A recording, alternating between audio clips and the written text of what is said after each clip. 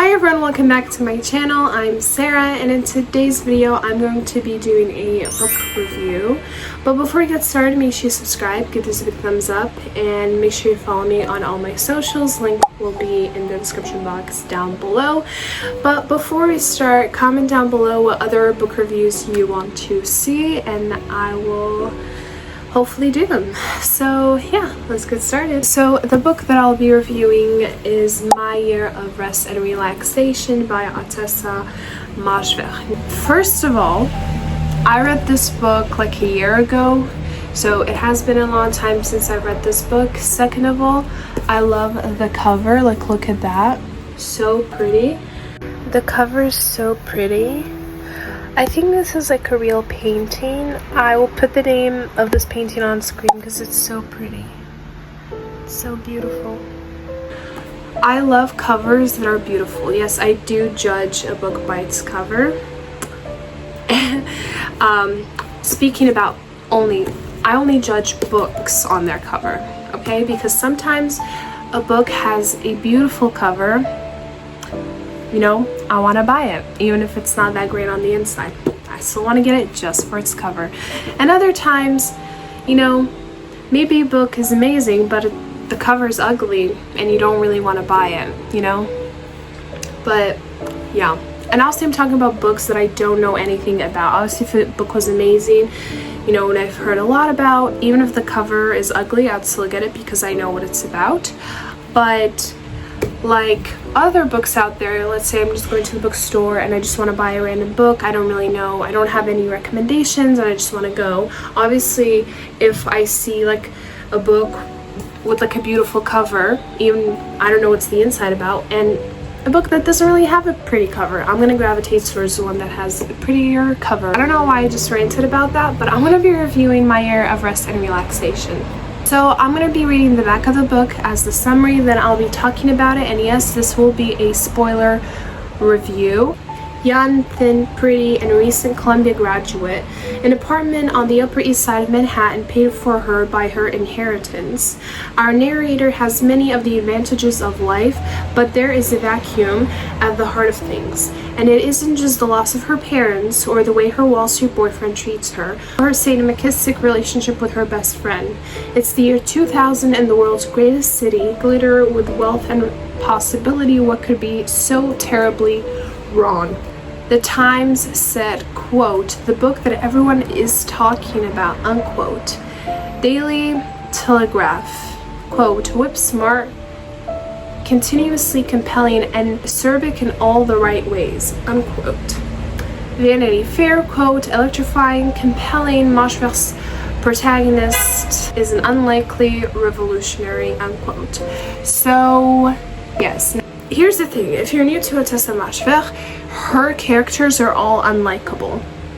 She has extremely unlikable characters, and she does a great way in writing these characters. Mostly, as the summary said, this book follows our narrator, who is nameless. I love books with nameless narrators, but anyways, she is our main girl and she's our narrator at the same time. She is this rich girl who had rich parents, and they obviously died, and they left, you know, all their fortune to her. She has this best friend who's not really the greatest, and as well as a boyfriend who is a complete douchebag and is not good at all. And so she basically is this person who has literally everything that everyone like dreams of having. So she has a big apartment on the Upper East Side. She has, you know, this boyfriend who's like rich as well. She is rich. She basically is living the life of every single person out there, especially people who are in New York and who want to make it, I guess. But she is still miserable, she's still depressed, she hates her life, and she just wants to sleep for a whole entire year. Now, she had this thought in mind as a joke, kind of. She always rests for like a month or like a week, but now she wants to rest for the whole entire year. She wants to sleep, not even rest. No, she wants to sleep and that is it. Obviously wants to sleep for years, so she brings up her boyfriend. Obviously her relationship with her best friend has already deteriorated, and she's not best friends anymore because her friend is like, you know, have fun, like live life. You have all of these resources and you're doing nothing with them. Like, if I were you, I'd do this. Also, her friend she works like a good job, but she's not like rich like obviously our main character over here. So yeah, obviously their friendship sort of parts ways because of how our narrator behaves in a way. So she ends up calling her boyfriend and telling him what she wants to do. So she ends up sleeping for a whole year, and he obviously comes in, checks up on her, gives her her food, her pills, basically making sure that she's alive and everything. And then when she wakes, and that's basically the whole entire book, just her sleeping, her boyfriend checking up on her. And then towards the end, I guess, of her experiment, you know, it's been years since she slept, and she woke up and she realized that, oh, I actually want to do things in life, and I want to be productive, and I want to be active, and I don't want to sleep. And you know, this kind of was like an awakening in a way. Like, did she do this on purpose? Like, did she sleep for a year so once she's gonna wake up, she's gonna sort of like hate sleep and like actually be active? Like, was this part of her plan? We don't really know.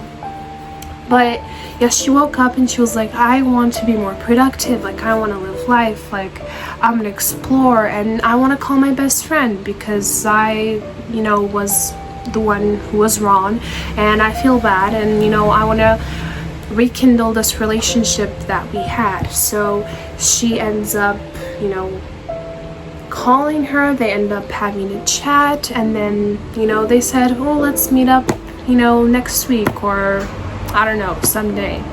So the next morning she wakes up and she was watching the TV, and then on the news showing the footage of like the towers falling, and she saw her best friend falling from one of the towers. So yeah, that's how it ended. I gave this book a 4 stars. I loved it. I know some people say that it's very slow and nothing is happening, but that's like literally what all of Atessa's books are. They're literally, nothing is really happening, but like there's no plot to it. And if like there's a book where there is a plot to it, like Eileen, then it's towards the end, sort of. Finish her books without really knowing what happened. But this one I loved. 4 stars. That ending really made it become 4 stars. It was like 3, but because of the ending, I give it a 4. And I guess when her friend died, she just realized how much there's more to life, and that she, you know, shouldn't be sleeping. And you know, I really enjoyed it, and it's heartbreaking and everything in between. So that is it for this video. Hopefully you guys enjoyed, and comment down below if you have read My Year of Rest and Relaxation and how much you've rated it. But yeah, see you guys next time. Make sure you subscribe, like, comment, and share, and I'll see you guys next time. Bye!